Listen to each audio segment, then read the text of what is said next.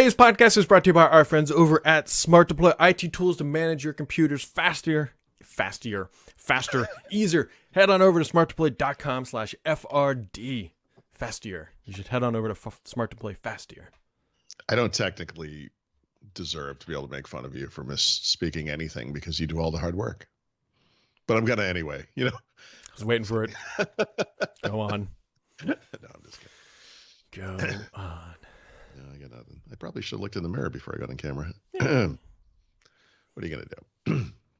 You could point some fingers at some nation states, I guess is what you could do, because that's what Microsoft... What in particular? Yeah.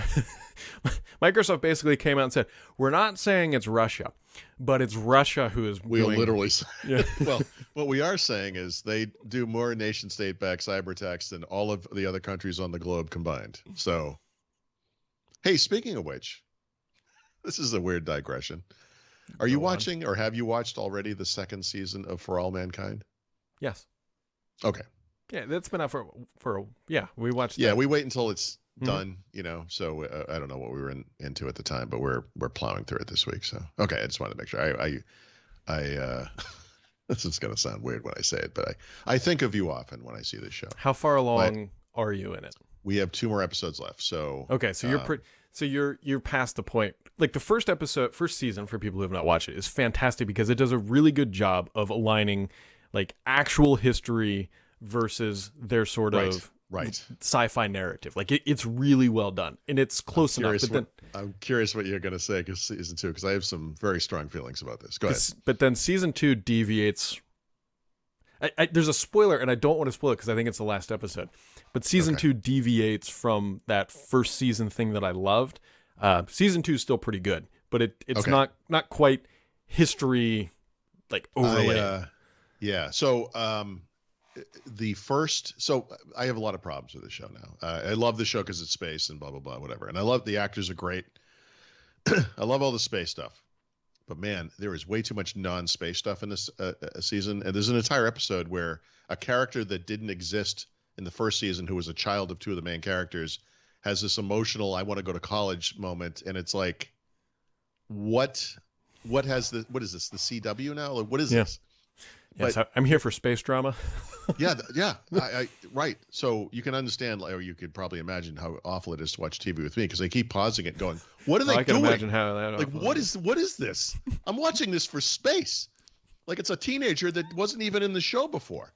Anyway, the first moments of season 2 establish the alternate history that has occurred in the 10 years that take place between the 2 seasons, which, by the way, I think was a huge mistake. I don't know why they had to jump forward in time, other than in season 2 they match up events to events that did happen in history. So one of the I'm going to try very hard not to spoil anything, but there's an airline crash that occurs in the 80s, and there's a scene with a plane, and I paused it and I said, you know what?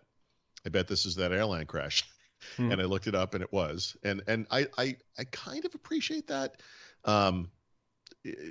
We'll see what happens. I don't want to, I don't know what happens at the end. Obviously, I haven't seen the whole thing, but I just doing a 10-year time jump with the same characters. So like they're all applying a little bit of fake gray to their hair now, and it's like, guys, come on, like that it just seemed unnecessary. But the reason I bring it up is there's a whole Russian thing, right? Because in this alternate timeline, and this is not giving away anything, the whole point of the show is that Russia gets to the moon first, and then NASA and the U.S. space program attempts to surpass them in other ways. And one of the ways is they get, the first women on the moon or something, or the first woman in space in the first season that well. But yeah, it's a good show, but it kind of went off the rails. There's a little bit too much intertwining of real history and fake history, because it's actually a lot like Foundation in a way, another Apple TV show, where the further out you get, the harder it is to make these connections make sense, because the history is so different. They do a neat job making Ronald Reagan look like he's saying stuff to them, and they do all that kind of stuff. It's anyway. Have you seen For All Mankind? It's something Russian cybersecurity. I don't know. If you're looking for something in this universe that is super helpful, you should head on over to Smart Deploy, because Smart Deploy allows IT departments to re-image computers models from one golden image. That you can re-image them with a golden image from the cloud. I screwed that completely up. You know what? So I'm not even going to edit this. We're going to redo it again. Because there you go. So I have to now tell you the reason I blurted out the thing about the For All Mankind. The actual reason. So you reminded me of the Russian thing, but the real reason is literally I pause it and I'm like, like some of the characters, like I said, have a teenage girl that it was never even the first season. Like they've adopted her since, and she has this big angst thing going on. It's like, who cares? Like, what is it? This has nothing to do with space. Literally, I pause it and I say this to my wife, and she goes, "I like this part of the show." And I'm like, we're here to watch the space. And she goes, "No, yeah, but I like this better." And I'm like, I would rather watch this with Brad than watch this with you, because I know he would agree with me on this. I think Paul would also agree that Smart Deploy allows IT departments to re-image unlimited computer models from one golden image. Search their library for your models and grab your free subscription over at smartdeploy.com/FRD. And yeah, but I would agree with you. Yes, like you almost. If I was by myself, I would have fast forwarded through it. So I need you to watch the last 2 episodes before we talk on Monday. Oh, maybe. Because I need to complain about something in the show, but I don't think it's occurred, and I don't want to give away. So one of the weird little bits of math my wife and I do all the time is this. It will be like Sunday night or maybe Monday night, depending on how things are going. And it's like, all right, what are we doing? And she'll be like, I think we need to watch a new show. And I'm like, all right, but we have this going on this night and this going on this night. So we only have like X number of nights. So let's look, So like we actually put off watching the show for maybe a week, at least a week, maybe 2, but because there are 10 episodes. Mm-hmm. And I was like, that they're an hour. Some of them are over an hour. And I'm like, that means maximum 2 per night. And I'm like, I don't see a way we can watch this in 1 week unless we start on Sunday night. And we didn't. And then finally this week we were like, you know what? We'll let it, we'll watch it as much as we can. Then we'll catch it, 2 to 3 days later. So we won't be able to watch the last 2 episodes until Sunday night at the earliest. So hopefully. Well, remind me, because I need to complain about something, and this is where I don't want to give it away. I know. It's well, you might already know what they're going to. Let me bring up something relevant to people who are watching this.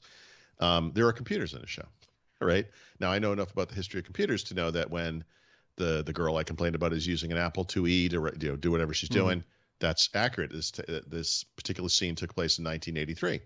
There are these like K-Pro looking one-piece PCs with a tube and built into the base with the keyboard that are in NASA that are probably old to that day. They look like they're from the 70s. That's fine. I could imagine those being there. But one thing they've added in season 2, which again, takes place in the early 80s, is a bunch of IBM PS2 computers. They're all over the place. They're all over NASA. Those things, PS2 didn't come out until 87, 88, somewhere in there. I don't remember the exact date, but that was IBM attempting to take the PC back from the rest of the industry. As you recall, they they were going down OS2. They didn't really, I don't know if it was available right away, but they were going to do OS2. And then they were also doing the proprietary architecture. I don't remember what it was called anymore. Whatever, they had some kind of a system bus that was proprietary, not open, so no one else could steal it, yada, yada, yada. Anyway, way early. So, it's one of those things, like if you know too much about anything you watch in a movie or show, it's like, I guess it's alternate history, but I don't know. All the music is from the right. They reference movies that were out at that time. And then there's an IBM PS2. And I got to tell you, it is the most unrealistic thing in the show. Did you? I feel like I should do another Smart Deploy ad read. I feel like you told your wife all this and she just sat there and was like, mm-hmm. Oh, yeah. Oh, no. When people say your wife must be a saint, they have no idea. They have no idea. It's all right. I bought my wife Apple AirTags for her birthday, and I think I've used them all. Which they're great. These things are like, if you're on the fence about buying Apple AirTags, I would honestly tell you to probably buy it. Like they're, for example, I put one in my backpack, and when I go to my hotel, when I travel or whenever you leave the bag in your hotel, like you go out for dinner or whatever, like it tells you, it's like you left your bag in your hotel room. Like it's simple. It's really simple stuff like that, but it's actually kind of nice.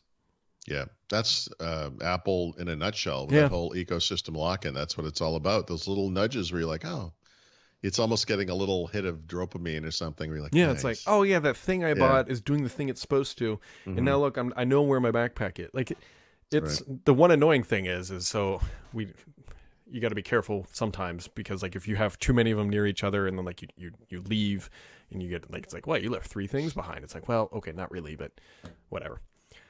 This is like Logan's Run. You know, the Apple users are the guys who are inside the dome and they think this is all that life is and everything's fine. And then there are the people that use Android that know there's a whole outside world and there's more to life, Brad. And, you know, I'm glad that you are pleased by this purchase you made. But oh yeah, but you got to keep in mind, my wife is very not pleased with this purchase. Oh, really? Well, of course. Well, she like, let me put it that way. My wife always says I buy her technology stuff that she doesn't really want, which is probably true. But it's the thought that counts. Like, I was like, look, you can put one in your purse. You can attach it to the car keys. There are thoughts that are malicious. There are thoughts that are thoughtless, for lack of a better word. You know, the thought that counts is kind of a warm hands or cold hands, warm heart kind of phrase. Like the people who are thinking of others in the wrong way are the people who invented that little thought. But I was thinking of you. Yeah, but you're a stalker. So, you know, you know, like that kind of thing. So I always know I'm going to get yelled at by my wife when she comes up and goes, can I ask you a question? I'm like, uh-oh. Like, there's no, this is rhetorical and you've done something dumb and I'm going to tell you about it. This happened, was it yesterday, the day before? Like, I do not understand laundry from my wife's perspective. And like, she's like, can I ask you a question? I'm like, uh-oh. And like, I screwed up the laundry for the 15th time in my life, which is... Did she hold up like a piece of shrunken pink clothes? No, this time had to do with hanging the clothes. So there's obviously 2 ways to dry clothes in our house. You can put it in the dryer or you can hang dry it. Certain articles have to be hung dry. Certain articles have to go in there. Which is which? God help you trying to figure that out, because I can't keep it straight. But apparently, like, I hung too many wet things close to each other, and then they weren't drying appropriately. And she's like, why wouldn't you space these things out? I'm like, why don't we throw everything in the dryer? Like, all right, so we went down a weird path here, and I'm going to make it even weirder by continuing it, because I think what you've just described is an evolutionary feature of males that make us incompetent so that women do everything, right? And the ultimate end game of this is what I experienced this morning, which is I brought up, you know, we have this idea for a trip in January. And I said, hey, did you ever look at that thing I sent you? Because blah, blah, blah. The prices are never going down from this. And there's a whole argument around it. My wife had different ideas about what we could be doing and blah, blah, blah, whatever. It doesn't really matter. But the point is, we first talked about this back in July. We've been talking about it ever since. January is now 3 months away. Prices are never going to change. The situation's never going to change. We're either doing this or we're not doing it. And I said, honey, we can't keep talking about it. We have to do it. And she goes, yeah, I know. I said, I don't think you do know, because you never do anything about it. So that was the end of that, I thought. And then we're upstairs getting ready to walk the dog. And you can tell, like, she's mad at me. I'm like, what's wrong? She goes, you know what's wrong. And I'm like, oh, here we go. And she goes, you said I don't do anything. And I'm like, no, you literally do everything. She goes, I literally do everything. And then she listed out this like list of like cacophony of like just travel related things that she has booked or done over the past few months. And I'm like, yeah, I know all that. I'm talking about this one trip, which we have been talking about since July, which I keep bringing up, and you keep pushing back for reasons that are never going to happen. And then we talked about it on the walk, and everything was fine, I thought. And then just before you called, she goes to leave. She's like, I'm going to ride the bike or whatever she does. And I'm like, are you still mad at me? She goes, yeah, I'm still mad at you. And I'm like, why? She goes, because that's how I am. I'm like, what Paul's leaving out, he's actually doing this all during the middle of For All Mankind. Yes. No, I mean, it sounds like we argue a lot, which we don't. But no, well, that's so. My wife and I have this conversation all the time. It's like I will sit here and say stuff like about my wife. It's because we have a healthy relationship. Because my wife will come to me and is like, you know why I'm mad at you today? And I'm like, all right, you know what? Like, just air it out. There we go. Yeah, just whatever you're doing, just put it down. Like, okay. It's like I'll stop scrolling Twitter for 5 minutes. Just let me. What I screw up, I will be the punching bag that I need to be for this moment. Let's get through this, and then life moves on. And anyways. Sure. So if anybody tuned in for a tech podcast, there's also some new Xbox hardware 20th anniversary edition. So, you know what? So the Xbox 20th anniversary is coming up on November, whatever. Neat. And so there's like a new controller and a new wireless headset or headset or something. I think it's wired. Wired headset, yeah. So what makes them anniversary? Like, they don't look like throwback devices of any kind. They just have like, this is so weird. They have a neon green color in different panels and pieces that is not from the original Xbox, by the way. It's from the Xbox developer kit that no one even knows about. Like, I just thought that was kind of weird. Like they're modern. I guess you would want them to be. Obviously, it's the newest gen of the controller, which is what you want. Like I don't know. Honestly, I think I would buy a wireless Duke controller if they ever made one, just for the. Yeah, and I think there was. I don't know if it was wireless. No, but it wasn't. There was a third party yeah, that got it licensed or whatever. Right. I don't know. Anyway, to me, what they are really is just an alternate color scheme. Like when you go to buy a controller, if you went to Microsoft Store or whatever, you would see like the original white and black, and then there would be these kind of color schemes or whatever. And this is another one of those. It's like I feel like neon green and black, and it's got like a see-through effect. You can see silver on the inside for some reason because silver, like the original Xbox. I don't know. So whatever. Xbox anniversary's coming up. Is the point, I guess. Do you guys watch Ted Lasso? No. Oh, we probably will, just based on all the recommendations we've got. Yeah, it's. Yeah, you should. Yeah. Okay. Yeah. The episodes are shorter too than For All Mankind. I think they average like 30. Long ones are 45. So you can. Okay. Yeah, get through it quickly. The last. Yeah, I mean, I like that guy. I mean, I've seen the. It looks. I've had a lot of people tell me I should watch. Yeah, it. the first episode is whatever because it's got to lay all this groundwork, but it. Like, I don't know. Season 2, last episode comes out today, and we'll watch it. Okay. My wife and I have been watching. Well, this. like Foundation, I'm absolutely going to watch, and that thing ends sometime in late November, I think. So it's like, okay, well, I got 3 or 4 shows to get through before we hit that, unfortunately, because I'd love to start watching that now, but what are you going to do? Well, what you should do is head on over to Smart to Play. Faster than Samantha goes, easier than SCCM. Head on over to smarttoplay.com/FRD for your free offer worth $574. That is smarttoplay.com/FRD. We'll catch you all back here on Monday after Apollo Watches For All Mankind. It's a tech podcast. We're going to get a lot of complaints about this one. This is no way right.